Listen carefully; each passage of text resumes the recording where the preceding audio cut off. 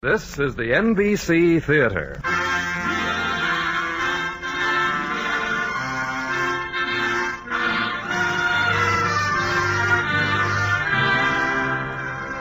From the NBC Theater in Hollywood, an hour-length satire on the world of advertising and super sales in the Great Britain of 40 years ago by the eminent British author H.G. Wells.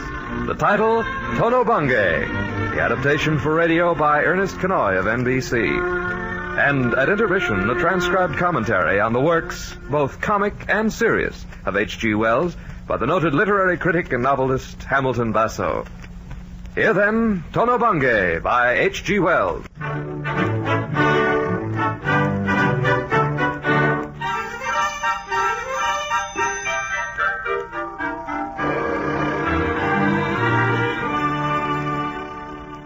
Most people seem to live in character. They have a beginning, a middle, and an end, all of the same sort. Not I. I have eaten at the footman's table in pantries and been despised for my bad manners.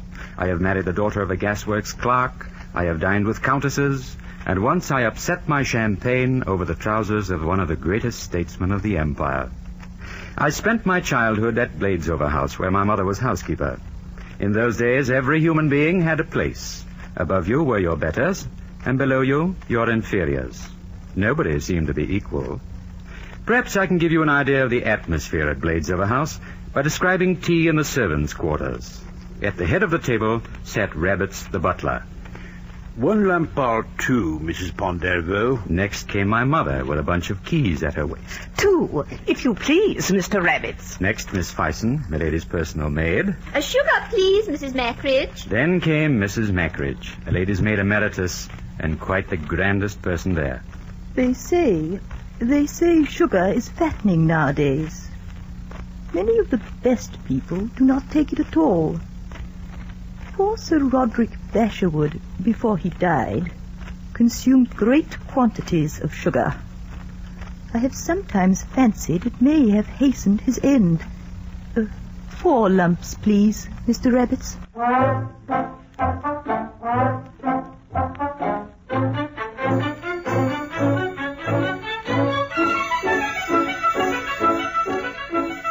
All England was like Bladesover House then.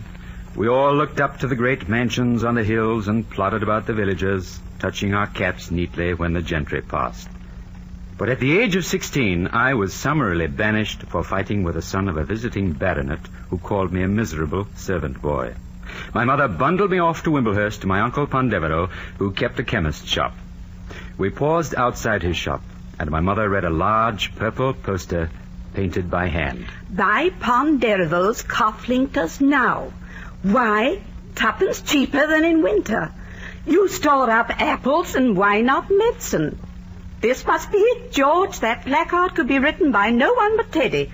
Come along. Oh, yes. You don't know me. A glass of water, madam, a sip of Cough-Linctus. This boy takes after his father, and so I have brought him to you. His father? Well, but then... Susan, it's Aunt Ponderovo, George's wife. I'll be right down, Teddy. Well. I've brought young George to you. I want him to stay here and help you about the shop. Naturally, I shall provide for his living.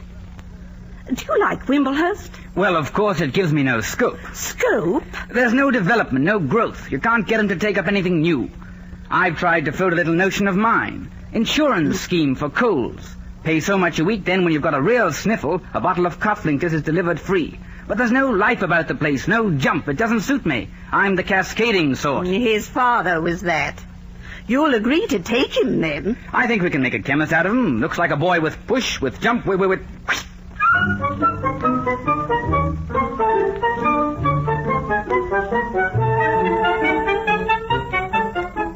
So I took up my new world in Wimblehurst, set to work on Latin and Materia Medica, and rambled about the town. The neighborhood was dominated by Eastray, a house something like Bladesover, and the great folk at Eastray ran the district with well-oiled ease. Most everyone in Wimblehurst seemed happy with this 18th century arrangement, except my Uncle Teddy. This place wants waking up, eh, George? What, Uncle? I'm sorting these bottles. Come here. I'd like to set a dozen Americans loose into it, then we'd see. Things must be happening somewhere, George. 3 broken bottles, Uncle. I must invent something and shove it. I could. Would you pass that ledger, Uncle? Or the stock exchange. The ledger, Uncle? Cold mutton fat, that's what this town is. Cold mutton fat. And I'm buried in it up to the armpits. Up in London, George, things happen. I wish to heaven I'd been born an American. What do they do in London, Uncle Teddy? Rush about, do things. You put down 100, see, and buy 10,000 pounds worth, and then whoosh, things go up and you sell. Men are made, are done for in an hour. You've got to be in London where things are happening. But here I am, paying rent to Lord Eastry. He doesn't want things to happen. He wants everything to burble along the way it's burbled along for 1,000 years. Where shall I put these bottles, Uncle? I must invent something. That's it. Something that will go like... Or the stock exchange. That's it. The stock exchange.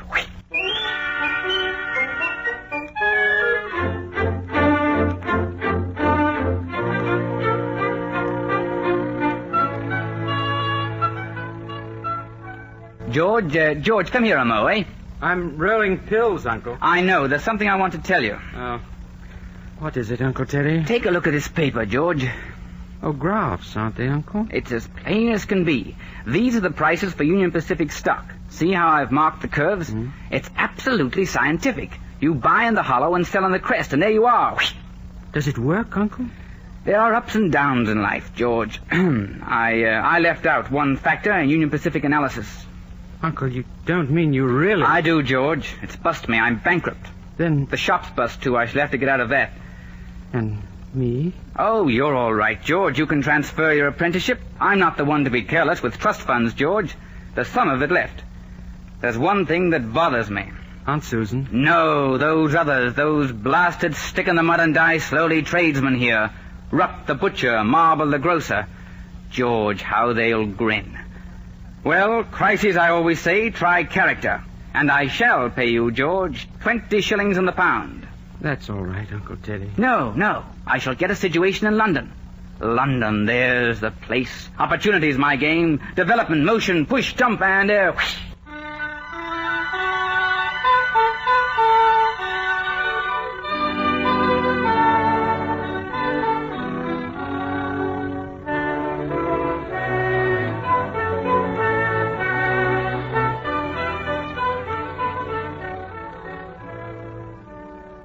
It took me some time to grasp the fact that my uncle in plain English had robbed me of 600 pounds or more left me by my mother. He rather treated the whole affair as a business loan, and I, for my part, was partially taken in. I stayed on at Wimblehurst, continuing my studies, and presently I, too, went down to London to study for my engineering degree. My uncle, of course, decided I must be shown London, and off we went with Aunt Susan along on a whirlwind of sightseeing. London, George, takes a lot of understanding. Certainly is a big place. Immense. You see those sandwich men down there? Fair treat. You don't see poverty like that in Wimblehurst. And many of them high Oxford honor men, too. Brought down by drink. Oh, it's a wonderful place, George. A whirlpool, a maelstrom. Whirls you up and whirls you down.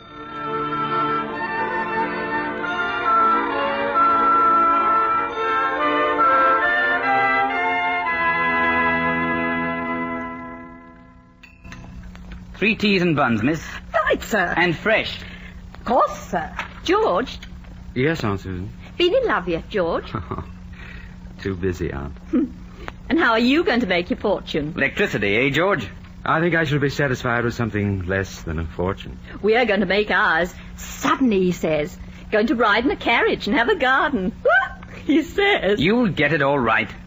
Grey horses in the carriage and dinners in restaurants. And money. You may joke. As though an old porpoise like him would ever make money. I'll do something, you bet. Where are those teas? Here you are, sir. 3 teas. When you make that fortune, you must buy me a new pair of gloves. This finger's past mending. George, a woman doesn't understand how long it takes to build up a position. I have my plans. I rally my attack. What plans, Uncle? George, I'm not one to talk indiscreet. Listen. Yes. Tono Bungay. Tono Bungay. Oh, that. Huh? What is Tono Bungay? Ah, you may well ask. What won't it be? Remember those words, George. Tono Bungay. It will remake London. Tono Bungay.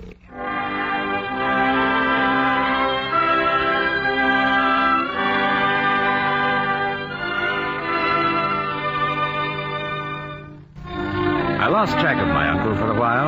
I was hard at work at the university, taking my degree in engineering. But soon an interruption crept into my life. I began to fall in love faintly with girls I passed in the street, with ladies in passing carriages, and with neat-handed waitresses in tea rooms. I met Marion on the train. We were alone in the compartment, and she had lost her ticket. I offered to pay her fare, and she accepted. Thank you so much. Awfully kind of you, you know. I met her again in the scientific library, digging something out of the encyclopedia. She spoke warmly. That was so kind of you the other day in the train. I do so like a kind gentleman. Oh, it wasn't anything? Oh, yes, indeed it was, Mr. Ponderevo. George Ponderevo. And I'm Miss Marion Ramboat. Delighted to meet you, Miss Ramboat. Equally charmed, Mr. Ponderevo. Would you care to accompany me to the art museum? I do so love to set up my little easel and copy things. I should love to. My arm, Miss Ramboat?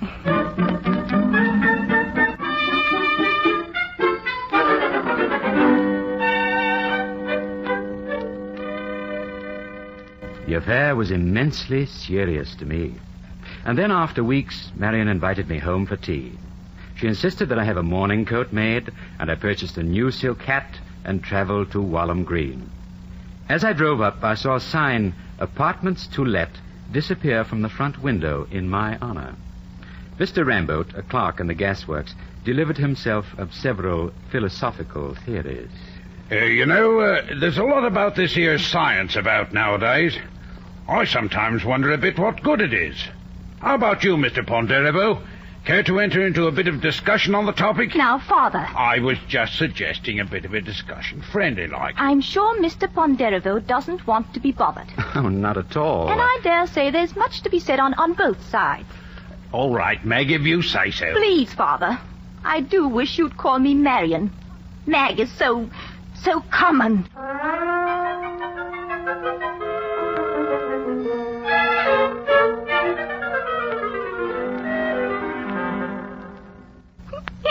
George, you mustn't. Your father's gone to the pub. But you mustn't put your arm around me. It isn't proper. Marion, I love you. Love me? George, don't. Oh, you shouldn't have done that. What's wrong with kissing you? You must promise never to do that again. But I love you. I want to marry you. But you're not in a position to marry. So what's the good of talking like that? I don't care. It'll be years before you've enough money to marry. But I love you. Don't you love me? Well, I like you, I suppose. But one has to be sensible. Oh, can't we keep on as we are? Now, George, take your arm away from my waist. It isn't proper, and someone may see in through the curtains.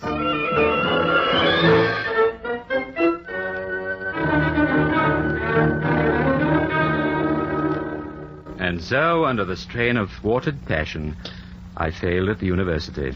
My scholarship ran out, and I was at my wit's end. Returning to my room one day, I was struck by a new bill posted upon the hoardings. It was simple and yet arresting, and I found myself repeating the words as I passed. And through the splashy yellow letters on the purple background, I could hear the voice of my Uncle Teddy. The secret of vigor. What? Tono Bungay. And then at my room, I found his telegram. Come to me at once. You are wanted. 300 a year certain. Tono Bungay.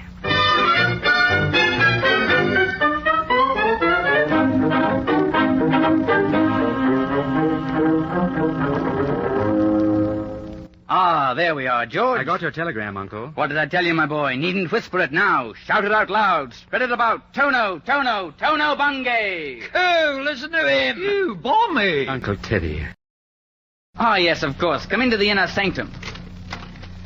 Well, George, I'm at it. At what, Uncle Teddy? Tono Bungay, it's afloat. Here's the first bottle. It's afloat. I'm afloat.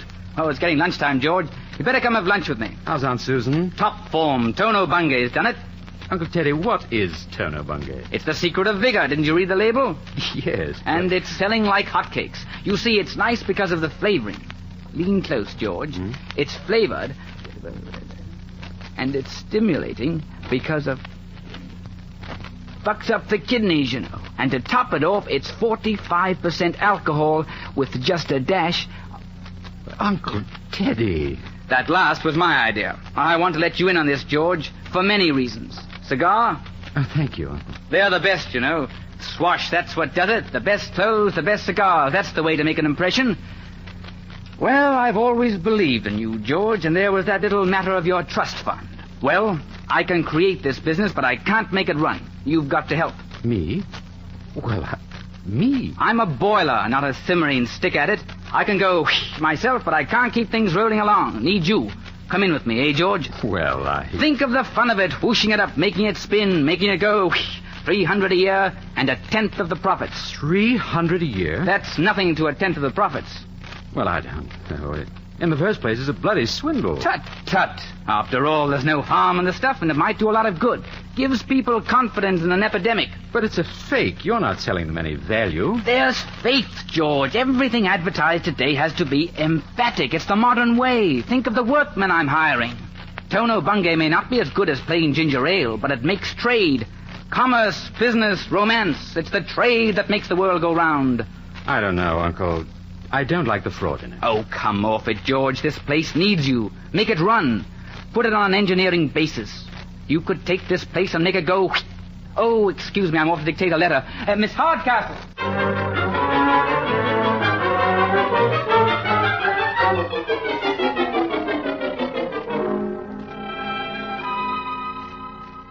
After a week of wrestling, I felt I must come to a decision.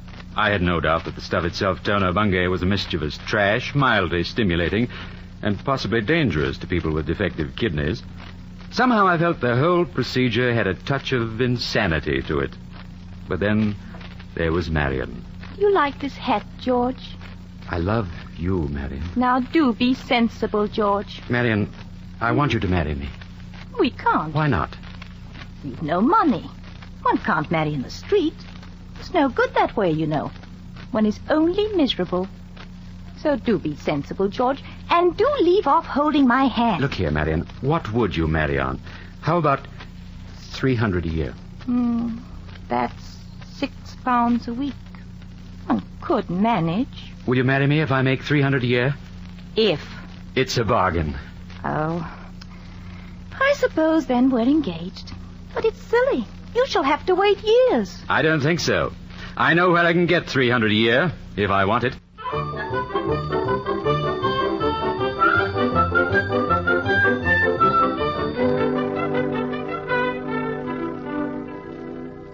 Hello, Aunt Susan. I've come to tea. Well, old George, how jolly. Will Uncle be back? Catch him missing tea.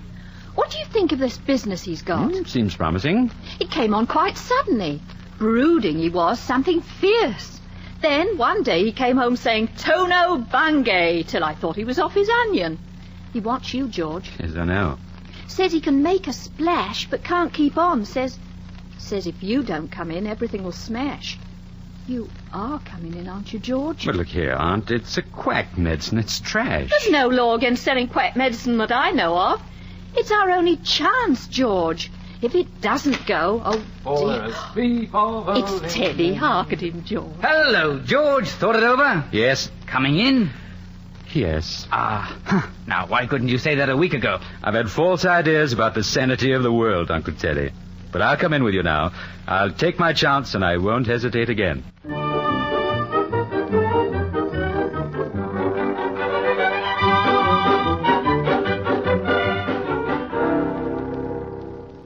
So I made my peace with my uncle, and we set out upon this bright enterprise of selling slightly injurious rubbish at 1 3 halfpence a bottle.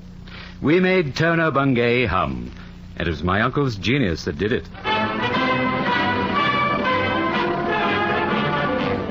He wrote every advertisement and sketched the designs, and soon we burst on London like a bombshell. Tono Bungay, Tono Bungay, like mountain air in the veins.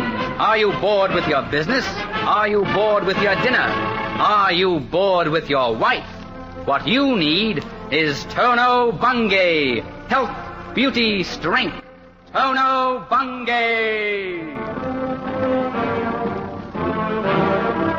Section by section, we spread it over the British Isles, London, England, Wales, and troops of salesmen and jobbers spread over the entire country. The romance of modern commerce, eh, George? Conquest, province by province, like soldiers, onward and upward with Tono Bungay.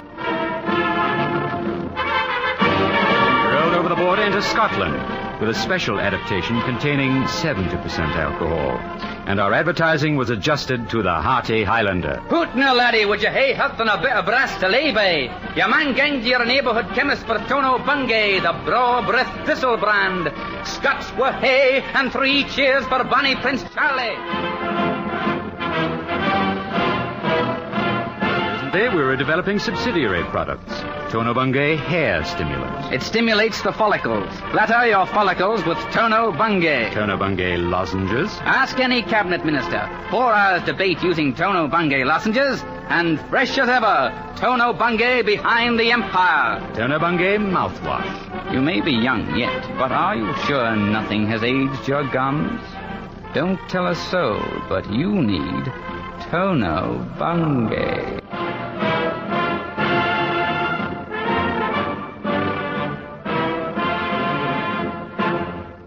We're afloat, George. It's going like...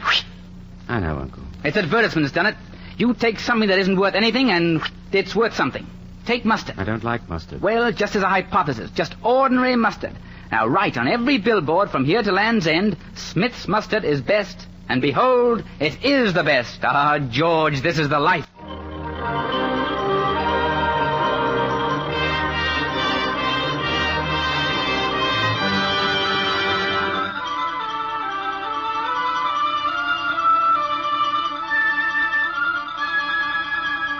Then, of course, there was Marion. She derived her notion of courtship from popular fiction at the public library. And I suppose if you asked her, she would express it like this. Love is a state of worship on the part of a man. Men give presents and all sorts of nice surprises. Women go out with them and kiss them every so often when it's proper. Usually she does something for his own good, like making him go to church or stop smoking. Now, George, do take your arm from about my waist. Someone will see. But I was young, and there was no doubt of my passion for her. And eventually I went again to her house in Walham Green and approached Mr. Ramboat, her father. I found him in the garden. Mind the watering can, Mr. Ponderevo. I'm going to ask your daughter to marry me, sir. Well, I don't believe in long engagements, but Marion usually has her own way. I say, have you seen this new powdered fertilizer? Don't hardly smell at all.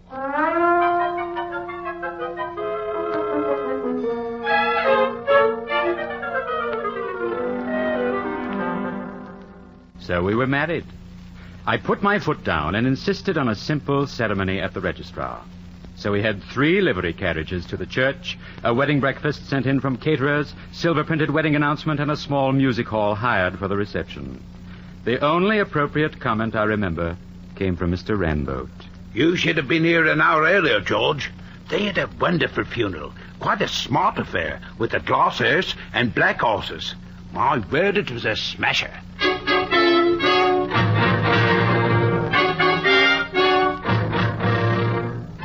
We set up housekeeping in Tottenham Court Road.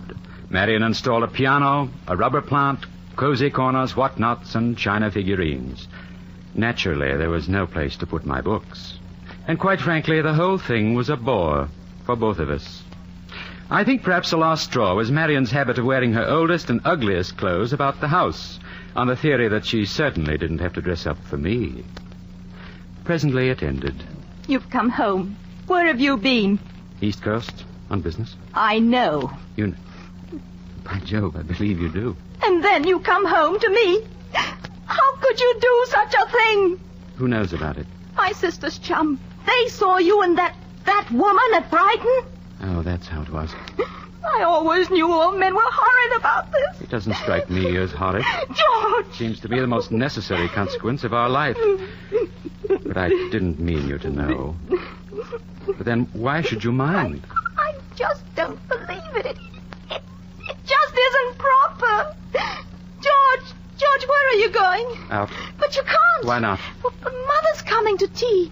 What'll she think if you're not here? If I know your sister's chum, your mother can't think very well of me already. Oh, come now, Marion. If you like, we'll have a divorce. Nobody in our family's ever had a divorce. I don't know what they'll think. They'll have to recover from it. Goodbye, Marion. George, you've hated it all along, haven't you? No. No, I haven't exactly hated it. But there's no more to be done, is there? No, I suppose not. Well, then. Goodbye.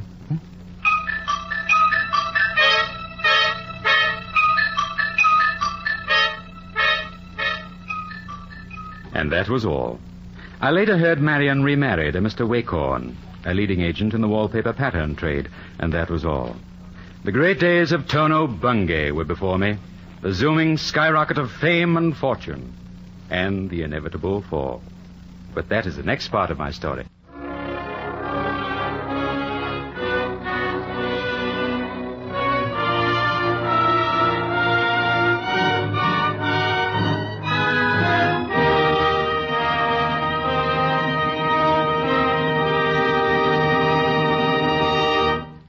From Hollywood, the NBC Theater is bringing you a dramatization of Tono Bungay by H.G. Wells.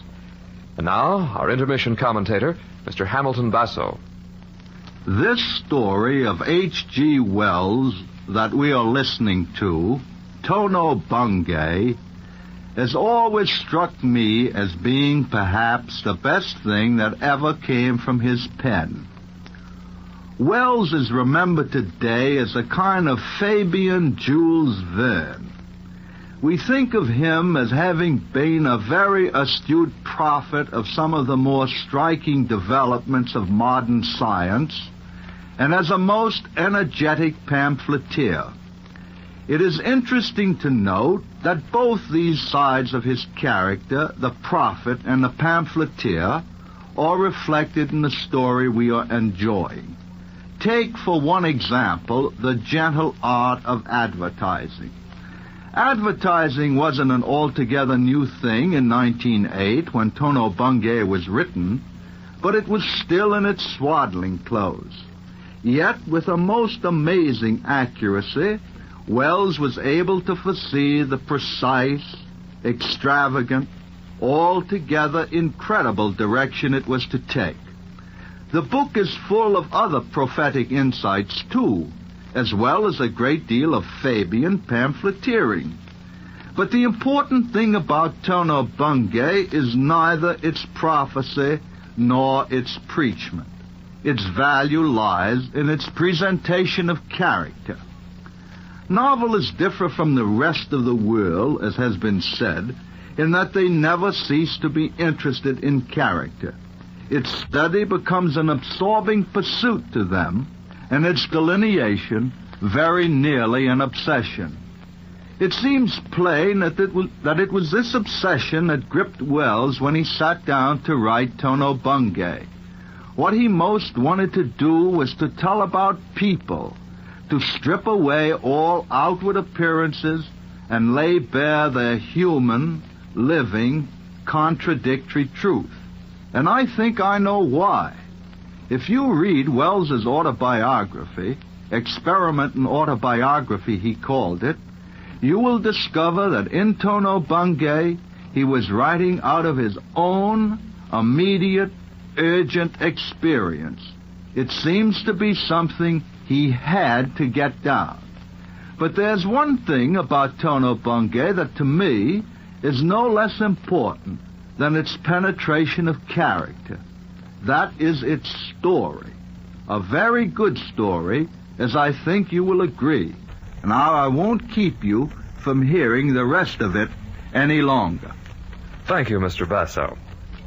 Our radio version of Tono Bungay will continue from Hollywood after a brief pause for station identification.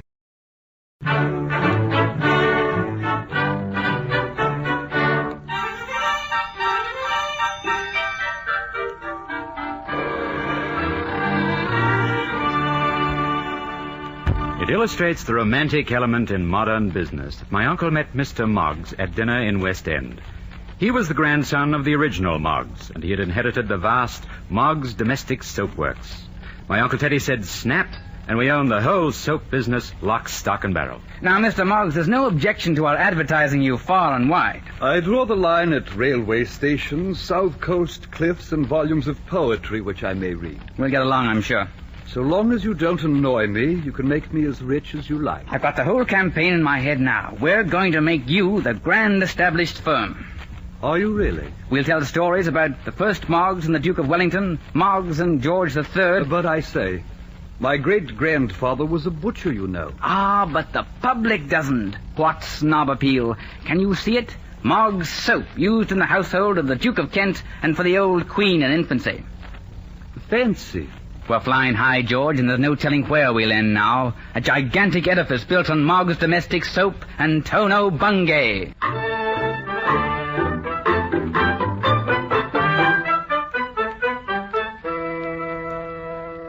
In rapid succession, my uncle reorganized and took over Skinnerton's Polishers, the Riffleshaw Patent Sweeper, and the Runcorn Coffee Mill and Mincer business. George, we're a consolidation now. That's it. No more Ponderovo and Company. Domestic Utilities Limited. We'll be pushing the stock in the city in a fortnight. Is that so, Uncle? Where have you been, boy? We're an amalgamation, a consolidation, a national institution. I didn't know, Uncle Teddy. You see, I've been doing some research on airplanes. And you know, I actually believe I may be able to invent one that'll fly. Nonsense, George. We're flying now. Why, our stock will be capitalized at $3 million. Will it really? I suppose then I'll have enough money for my research? Why, our assets alone are $5 million, and that doesn't count influence. How about the liabilities? Enormous. You know, Uncle, I'm worried. You know we haven't created anything. I don't believe that one of our companies has ever added any real value to human life. You've got so many holding companies with interlocking directorates that you have to hire a special coach to get you around to the board meetings. No value? Why, we mint faith, George. That's what we do. We've been making human confidence ever since I drove the first cork into Tono Bungay. We mint faith. Coining might be a better word. It's all insane snap at the right time. Decision, that's what makes the world go. Buy up and sell. Tell me, Uncle Teddy, is it true that you tried to buy up the British Medical Journal to advertise Tono Bungay? Made them a fine offer, but they wouldn't sell. Oh. Come here, Uncle Teddy. To the window. What is it? You see those men marching up and down with placards in the rain? Of course. They're unemployed. Look at them, soaking wet. Do you know why? They haven't said snap in the right place.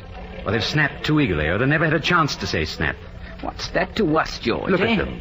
A shambling, wasteful stream oozing along the street. The waste of civilization. And here we stand, dry and warm in a beautifully furnished drawing room. Uncle, there, but for the grace of God, go George and Edward Ponderovo. Oh, yes. I see what you mean, George. That reminds me, I've several meetings to attend, going to merge with Empire Utilities Limited. Just have to say snap and she's mine. George, we're just at the peak of the boom. There's no telling what's ahead.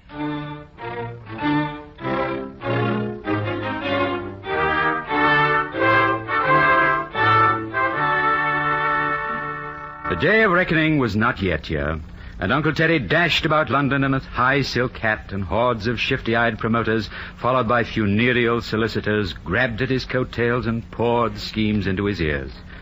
Uncle Teddy was beginning to feel the need of background, social background, and I found him discussing it with Aunt Susan one afternoon when I came to tea. Look here, George, I've just been saying we aren't au fait. What? That's French. The old posher won't even speak common English anymore. I tell you what I mean. Every time I go to dinner, I don't know which wine is which. I have to point and take my chance. That's not the style, George. Not a proper ad. We're going to be big. We're on the upgrade. We can't afford to be laughed at as parvenus. You mean parvenus, Uncle Teddy? Nobody's going to laugh at me, but we're bumping against new people. We've got to have style. Take wine. We don't know wine. And cigars, although I'll admit Runcorn didn't have cigars like these. We beat them there. Got to get the hang of etiquette.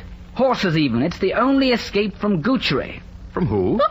It's French again. Oh, gaucherie. That's what I mean. That's what we need. Tips about eating, tips about drinking. Learn the whole bag of tricks in 6 months, then get into some good club. George, you've got to help. You speak Latin. I don't think we'll meet many Latinists. But we've come to French. Exactly. And we can do it. No Englishman can pronounce French. It's all a bluff, and we can bluff just as well as the next chap. Style, that's the thing. Le style, c'est l'homme. What? French, the style, it's the man. What are you laughing at, Susan? George, you're not smoking. These cigars are good for the mind. Go on. We've got to adapt ourselves to our new position, and we're going to beat 'em all silly.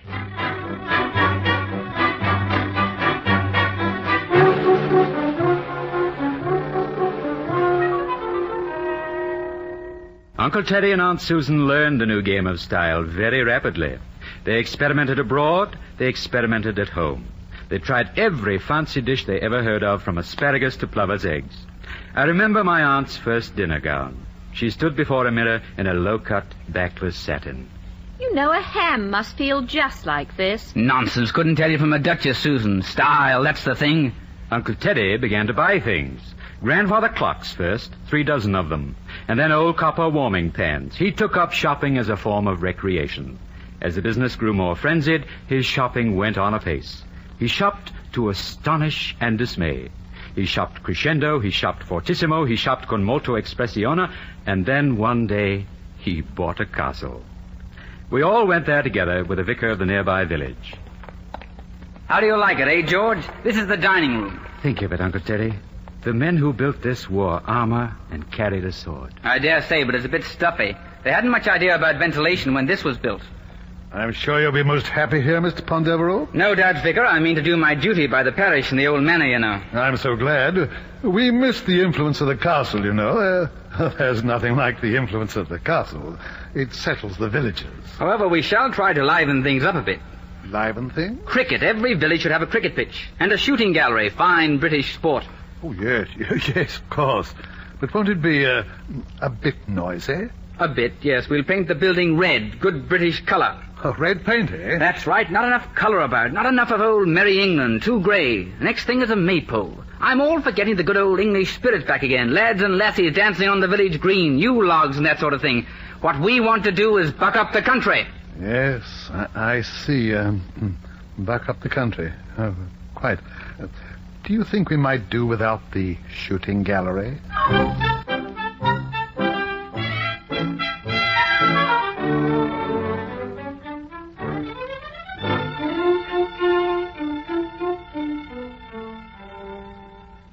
That night we sat on the veranda at the castle, smoked, drank whiskey, and looked across the valley to the lights of the village.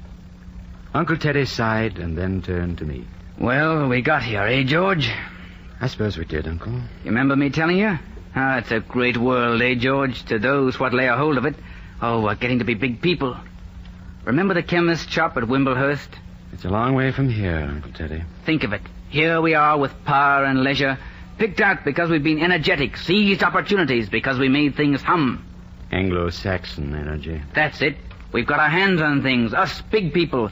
We've got to hang together and run the show. We've got to run the country, George. It's ours. I've been talking to Lord Boom, the big newspaper man. I shouldn't trust him, Uncle. Wonderful man, makes things hum. George, this British system is a wonderful one. Everything's open to us now. What would you think of a title, eh? You? Oh, Uncle Teddy, really now? Lord Boom was a crime reporter. Of course, there's the trouble with the title. How about calling yourself Tono Bungay? Lord Tono of Bungay. That's a round-sounding name. Now, George, I'm being serious. You're always sneering at Tono Bungay as though it was some sort of a swindle. It's a perfectly legitimate business.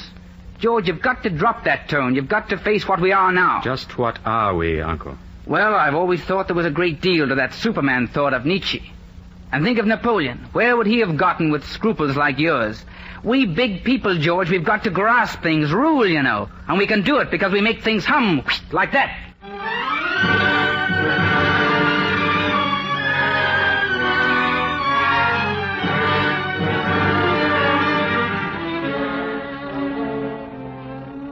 There he stands in my memory, my Uncle Teddy on the terrace, the symbol of this age. His brow wrinkled Napoleonically, with the breeze fluttering his coattails and his eyes searching the horizon for a future of mergers, amalgamations, and international commercial arrangements. Teddy Ponderevo, astride the world like a colossus.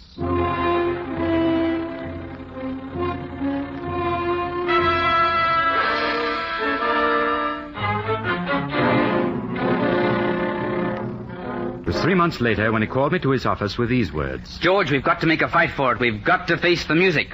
Is there trouble, Uncle Teddy? It's the newspapers. Lord Boom. He's trying to fight me down. He thinks my consolidating cut down the ads. Oh, I'd like to bash his face. Well, what's to be done? Keep going. I'll smash Boom yet. There's a scare on. Did you notice all those reporters outside? All Boom's men. What can he do? We're sound, aren't we? Oh, yes, we're sound. There's only one thing we've got to do. We've got to prove that we've got the capital. Have we? Well, no, but there's a way out. I want you to meet Gordon A. Smith. Who's he? You'll see. Come along.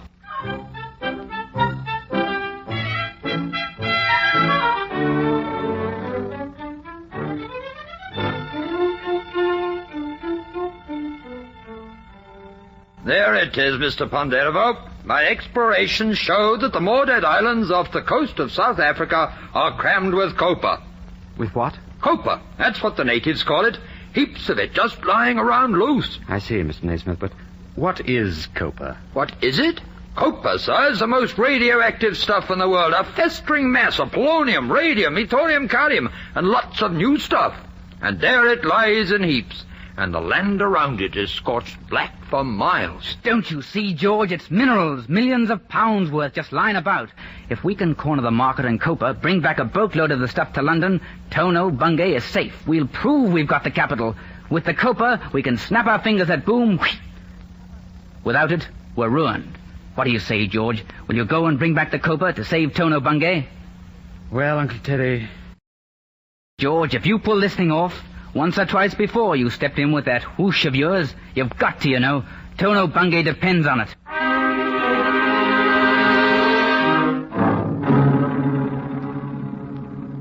And so I set out for the Morehead Islands to steal a cargo of the mysterious radioactive copper. Our ship was a beast of a brig transferred from the potato trade, and she reeked from end to end with the smell of raw potatoes. I was sick all the journey out. That smell of phantom potatoes proved too much for me. My plight was complicated by Gordon Naismith, who shared my cabin and smoked a particularly foul pipe. You know, Ponderevo, there are only 3 things you can clean a pipe with. Please, that pipe. 3 things. The best's a feather. Second's a straw. And the third's a girl's hat pin. It's the tar out, you know. The mucky glop at the bottom of the bowl. Here, Ponderevo, what's the matter? Feeling better, I hope?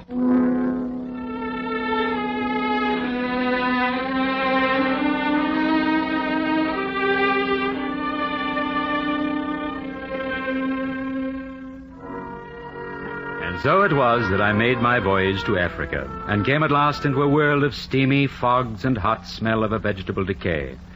Presently we came upon the Morehead Islands and hove to. The beach was lifeless for miles.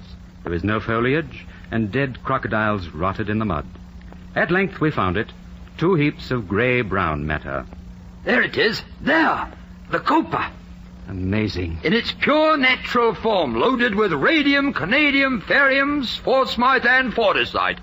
Priceless. It may be dangerous. The radioactivity can be devilish poison. But do you realize the price of forsythia and fortisite in the London market? Tremendous, I hope. We'll need it to save Ponderevo Limited and Tono Bungay.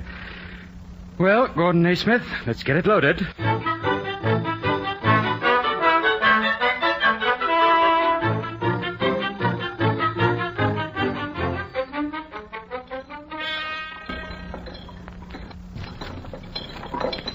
There, Mr. Ponderevo. The last hatch is battened down. We're all ready to sail. Just in time. The wireless picked up a message. There's a gunboat cruising down this way, and copper is definitely contraband. All right there. Weigh anchor.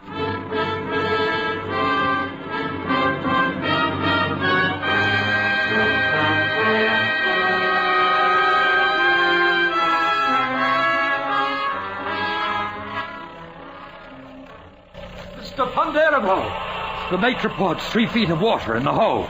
Impossible. The hull is newly copper-bottomed. He says it's rising fast. And the pumps? They can't keep up. I can't understand it. There's no reason for the leak. What's that? What? I don't know. Where's it coming from? Look out! It's the nails.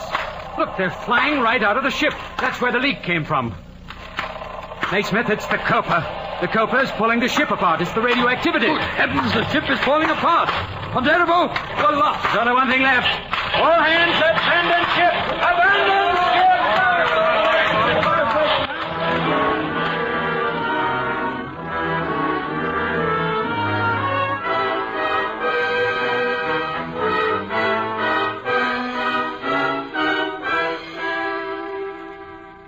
After a bit of floating about, we were picked up by the Portland Castle, bound for London out of Madagascar. When I arrived in London, the newspaper placard resounded to my uncle's bankruptcy. The brilliant skyrocket of Tono Bungay had finally fizzled out. I went straight to see Uncle Teddy. Well, well, George, you're looking lean. Uncle Teddy, the Copa is at the bottom of the ocean. And there's some bills. Well, you've done your best. The luck was against us. I've got to take a pill now. Anything wrong, Uncle Teddy? My stomach. I've been fighting on that and it gave way. You know, like Napoleon, his stomach gave way. It's all up. Bankruptcy? It's cruel. They kept asking questions, George. The bloody bullies, the bloody bullies. Here, now, take it easy, Uncle Teddy. It's not fair game, George. They tire you out and my stomach's gone. They bait you. It's torture. I've been bellowed at, bullied, treated like a dog. They sprung things on me, things I didn't expect. They don't know I'm here. I slipped out to the embankment and took a rowing boat to Richmond. They laughed at me in my shirt sleeves and silk hat. It's all up, George. Is it, Uncle? It's absconding. They'll have a warrant out. But they mustn't arrest you, Uncle Teddy. I don't know what to do. It's all up now. Uncle Teddy, we've got to get you out of the country. It's no use, George. They'll be watching the dock. We won't go by boat. We'll fly. Fly? That's right. My experimental airplane is ready, Uncle Teddy. It's even been tested. I think we can make it to France. Well, whatever you say, George. I'm done. I'm a sick man. I'll have the plane fueled and ready, Uncle Teddy. We'll be across the channel and in France before morning.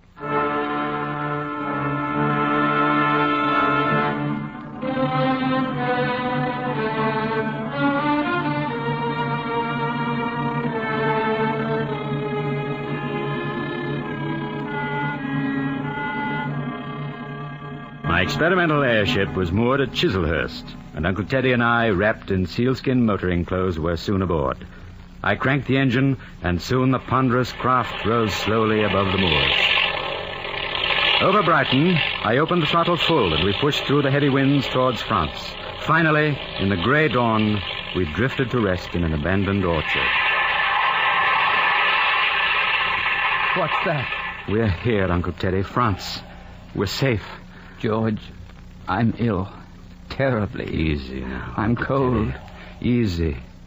You're safe now. I ought to be in bed. I ought to be in bed instead of flying about. Go to sleep, Uncle Teddy. We'll find an inn when it's light. It's all very well, but I'm not a young man. I ought to be in bed. Here, Uncle. Lift up your head. There, now slip this knapsack under. I'm cold, George. I'm an old man, and I'm cold. I'm cold.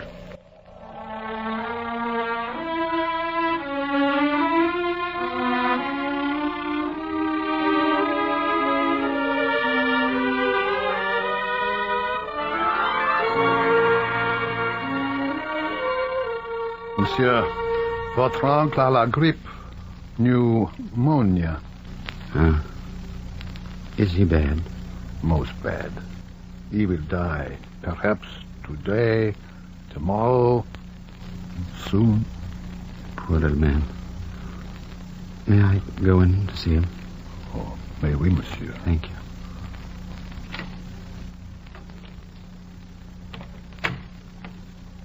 Hello, Uncle Teddy. It's been a great career, eh, George? But I shall be glad to rest. Glad to rest. Just be quiet now, Uncle Teddy. No. George. What is this great place? Terrace above terrace. Kingdoms Caesar never knew. A great man, George. Kingdoms, empires. Under entirely new management. Rest quietly, Uncle Teddy. They wanted too much. You can't get a safe 6%. Not in this world. George,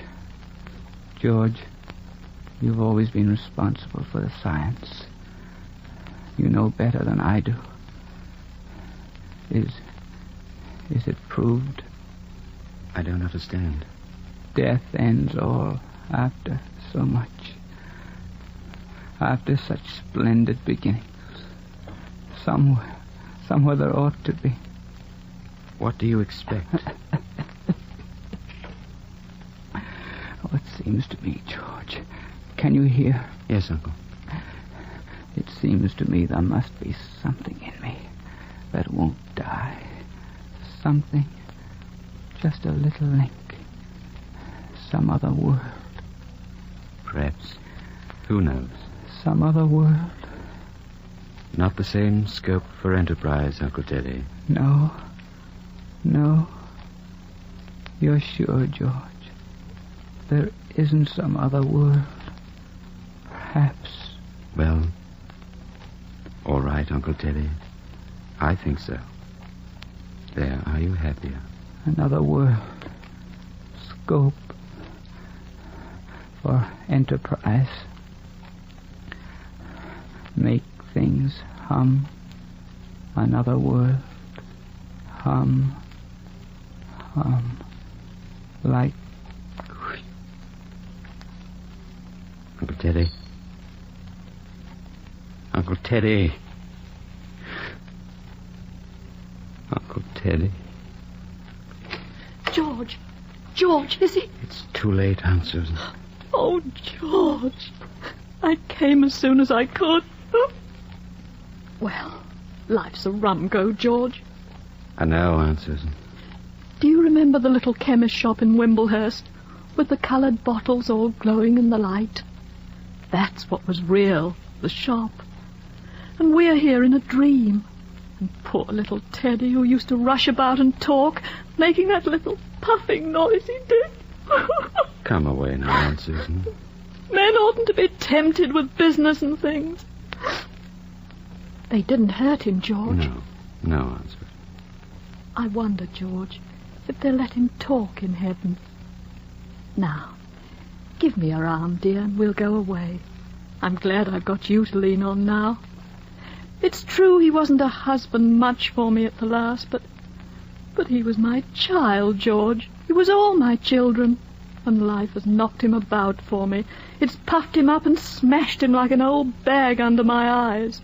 Oh, I was clever enough to see it, but I wasn't clever enough to prevent it.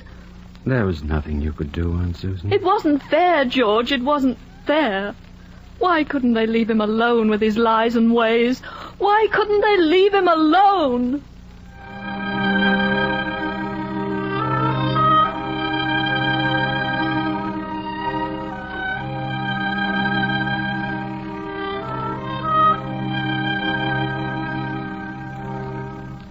As I turn over the big pile of manuscript before me now, certain things become clearer. I see this story as one of activity and urgency and sterility. I have called it Tono Bungay, but I had far better have called it waste. I think of all the energy I have given to vain things. I think of my industrious scheming with Uncle Teddy and of his strenuous career. 10,000 men have envied him and wished to live as he lived. It is all one spectacle of forces running to waste, of people who use and do not replace. The story of a country hectic with a wasting, aimless fever of trade and money-making and pleasure-seeking. This is the note I have tried to sound clear. It is a note of crumbling and confusion. But through the confusion sounds another note, something that is at once human achievement and the most inhuman of all existing things. I call this reality science, and sometimes truth. Other men serve it in 1,000 ways. Each race passes and leaves its contribution. In this march, I seek the meaning of life, of the universe, and of my Uncle Teddy.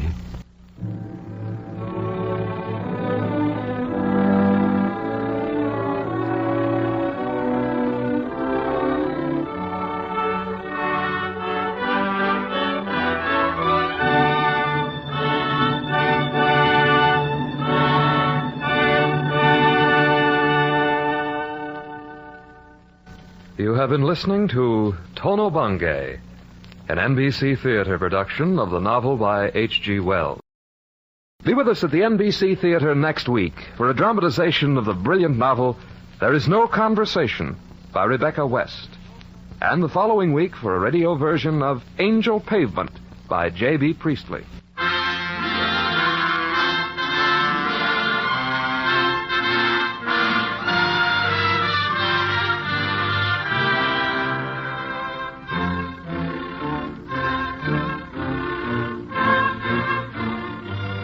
Tono Bungay was adapted for the NBC Theater by Ernest Kenoy.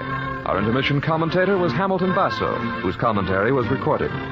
In today's cast, Whitfield Connor was George, Margaret Brewster was Mother, Charles Davis was Teddy, Queenie Leonard was Susan, Alma Lawton was Marion, Tom Dillon was Ramboat, Tom McKee was Moggs, Crawford Kent, Vicar, Patrick White, Naismith. Your announcer, Don Stanley. The director of the NBC Theater is Andrew C. Love.